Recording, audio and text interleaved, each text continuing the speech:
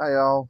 All right, we all know we're getting some cold weather out here, so one of the things I wanted to do so Nana wouldn't be cold if we lost power, and we probably will. Down here in Mississippi, we have a lot of trees around the power lines, so when the ice thaws, it typically hits some power lines and knocks us offline. So I'm going to get the heaters up and running. The last ice storm we had, I was stuck at work, couldn't leave. I worked at a hospital, and she was here by herself with my with my youngest son, and it was pretty cold on them. So I had to talk them through all this of hooking up the tanks and everything over the phones. This time I want to go ahead and have it ready for her, so she's here with the grandbaby. She can take care of what she needs to.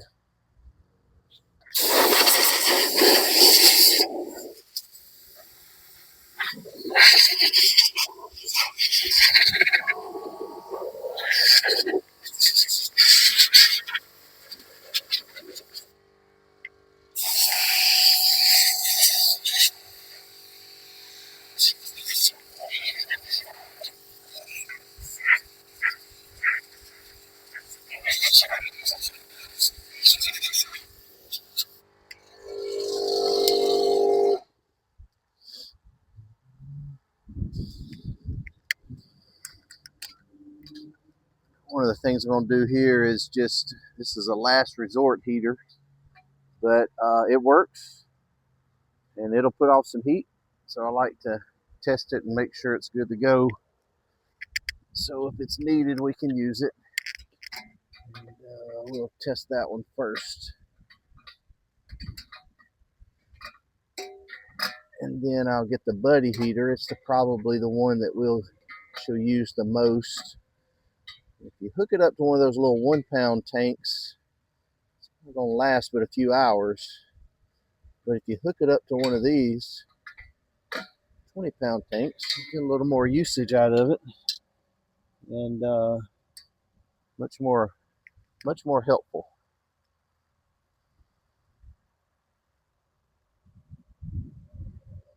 All right, what I've done is I've got it hooked up, tightened it up. Yeah, I use channel locks. Probably some of you will say I should have used a crescent wrench or adjustable wrench is what my dad called it, but channel locks work fine. So the first thing you want to do is turn your gas on. Lefty loosey there. That's what we call it. Then this little knob here controls your flow. So I'm just going to put on low. You have to hold this knob here, or this button here, to get it to start, because this is what they call a thermocouple. And if this doesn't stay hot, the flame will go out. So I'm going to hold it. All right, I don't know if you could see it, but that lit. And you'll see here in a moment, this grate in here get hot. It starts turning red. Lets you know it's working. Of course, it's putting off a good bit of heat right there. Then when this thermocouple heats up, you hold it for about a minute. As the thermocouple heats up, keep the flame going. Then you can turn it up on high, turn it on medium, and then on low. So this one's working. I know that in a pinch, Nana and Ridge will be warm. Of course, anyone else we have over if the power goes out, because we are all electric other than some gas logs, and we'll use those as well. But our gas logs just aren't quite as efficient as I'd like for them to be, because they're kind of older. All right, we're going to cut that off and we're going to go to the next project. Good morning, y'all. Just back to our prepping for the cold weather. Got a heater. It's kind of our heater of last resort that we'll use if we lose power. We have a few other heaters that I will use instead, but this is kind of a last resort. The others fail. I'm going to go ahead and walk through connecting these and putting them together. So this is a hose we got here. It is left-handed thread, so it's kind of the opposite of what you're used to on purpose. It's the way the propane business is working. My dad was jack of all trades, I would call it. He was a carpenter by his profession, but he did everything. Worked on cars, tried to help anyone out he could, but he always taught us a lot. We didn't listen all the time, but he did always teach us. So I just cut that on, got it hooked up. Now we're going to try to fire this up. The thing you got to do is turn it on, of course, hold this in, and then fire it. Oh, good. Started up the first time. We blew it out yesterday, so maybe that helped. Then I'm going to hold this button in for 20 or 30 seconds. There's a thermocouple in there that allows the gas to keep going as long as that thermocouple stays heated.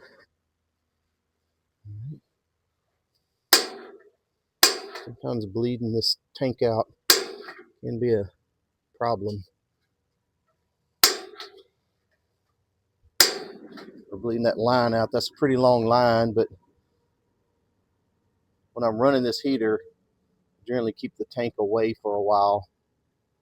I don't like it too close, so the tank heats up. That's why that hose is so long. Well, there we go. You adjust it just like that. This whole shroud gets hot, so if you got children or pets or anything in the house that's near it, you might want to keep it away, but it puts off a good bit of heat. All right, that's all we're going to do on that. It's good and running. Cut the gas off at the tank.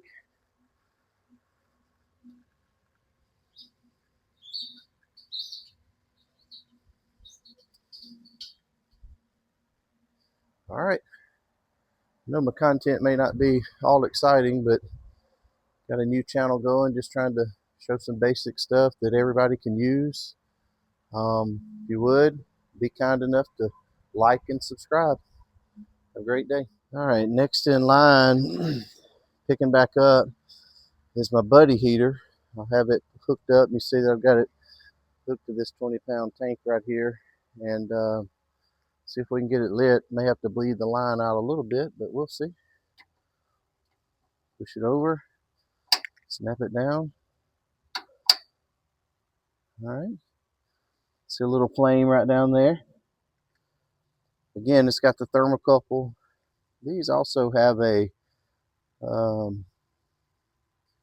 sparker on them that the other one doesn't have, so it'll send a spark across there and light the flame up. All right, held that down for a few minutes. We'll turn it to low, turn it to high. Can't see it with these little infrared heaters, but they'll heat up. That'll turn red over time. Little ceramics in there to get red, and it'll, yeah, feel some good heat coming off. So I feel confident in that one. Got it ready to go for Nana and Ridge if they're over here Monday or Tuesday and they lose a little power. So I'm gonna cut that off, and then we'll move on to the next one. All right, hey y'all, just gonna give Nana a quick tutorial on how to start the buddy heater if the weather gets bad and I'm having to stay at the hospital. So, all right, Nana, it's your turn. You go up there, turn the valve on.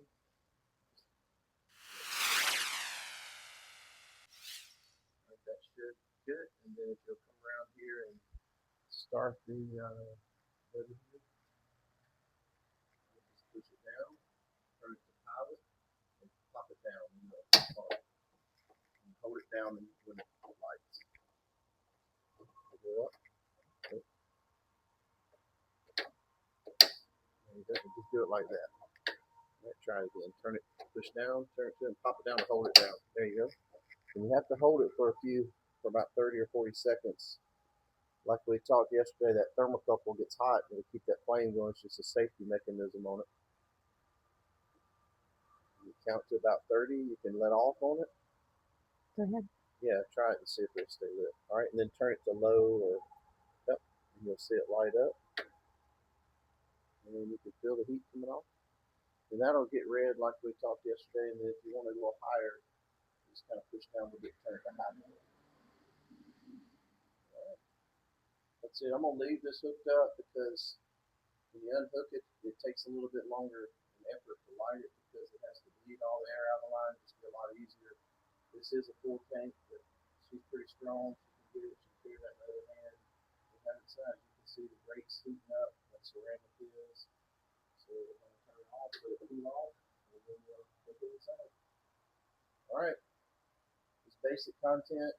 Like and subscribe. New channel. Trying to get my videos built up. If you have any questions or comments, please leave them in the comment section. All right, guys, I'm going to crank our little inverter generator here. It's just a Predator 1400 from Harbor Freight. It's met our needs. We don't usually depend on it for 240 volt output or try to do that during the weather outage. We just try to keep our central circuits going, and we have propane to back us up for heat, so that's all that we need. And then of course this will run what we need. We also have a solar generator, a Propane E3600, that I've got solar panels connected to, and about 16 circuits that I run generally. But during the winter, I usually have to cut it down to about 12 circuits just because I need to add a few more solar panels. And I also, we just don't have the solar days as we do in the summertime. However, I'm going to correct that this summer and put a few more solar panels up there. But anyway, we're going to start this generator, make sure it runs. Already run it about 2 weeks ago. I try to run it monthly. But when I do run it, so I don't waste the energy output, I like to hook it up and just kind of throw some charge into our solar generator because it never hurts, but it also keeps from wasting energy because I try to run about 10 or 15 minutes. And I set it usually about 10% to put into the generator, but I'm going to change some settings. I'll talk through it on the solar generator. The good thing about the Propane E3600 is you can adjust how much you're putting into it. So I'll start off at 10%. Then I'll move it to 20% and 30%. I do have the loads cut off on the generator just so I can show y'all how the generator pulls. But if I'm not badly mistaken, the last time I got this above 40%, it wouldn't charge. And that's fine because 30% is good for me. But all right, I'm going to get it started and be a good run and a good test. And then I'll add a few more prep videos.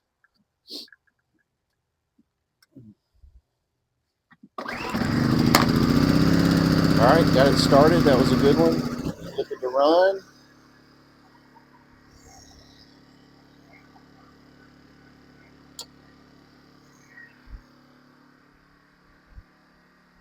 All right.